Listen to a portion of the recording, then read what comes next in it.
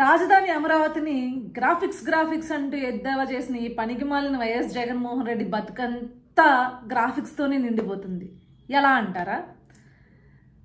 ఎవరైనా సరే రేపొద్దున ఏదైనా ఇన్నోవేటివ్గా కన్స్ట్రక్ట్ చేయడానికి ఒక గ్రాఫికల్ డిజైన్ వేసి ఇట్లా ఉండాలి ఇలా ఉండాలి అని చెప్పేసి ఒక మంచి కోసం గ్రాఫిక్స్ని యూజ్ చేస్తారు.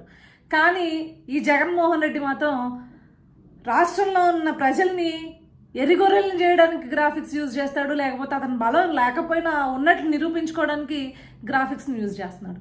ఎలా అంటారా? చూసారా సిద్ధం ప్రాంగణం, జనాలు చూసారా?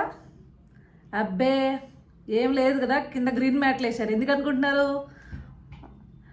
బాబు గారు ఆ గ్రీన్ మ్యాట్లో గ్రాఫిక్స్ రిలీజ్ చేసి గ్రాఫిక్స్ తోటి మొత్తం జనాలందరినీ పెట్టి దాన్ని రిలీజ్ చేసి జనంలోకి ఇదిగో నా బలం ఎంత ఉంది, ఇంకో ఎంతమంది నా కోసం వచ్చేసారని చెప్పేసి బిల్డప్లు ఇచ్చుకోవడానికి.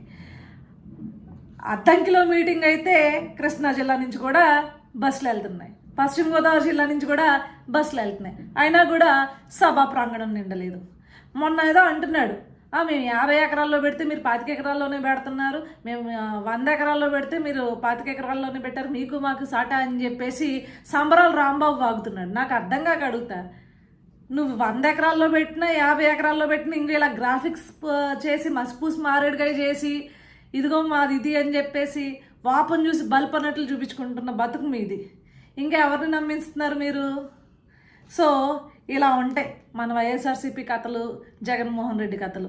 బతుకంతా అబద్ధంతోనే బతికేస్తారు ఇల్లు, బతుకంతా మోసాలతోనే బతికేస్తారు ఇల్లు.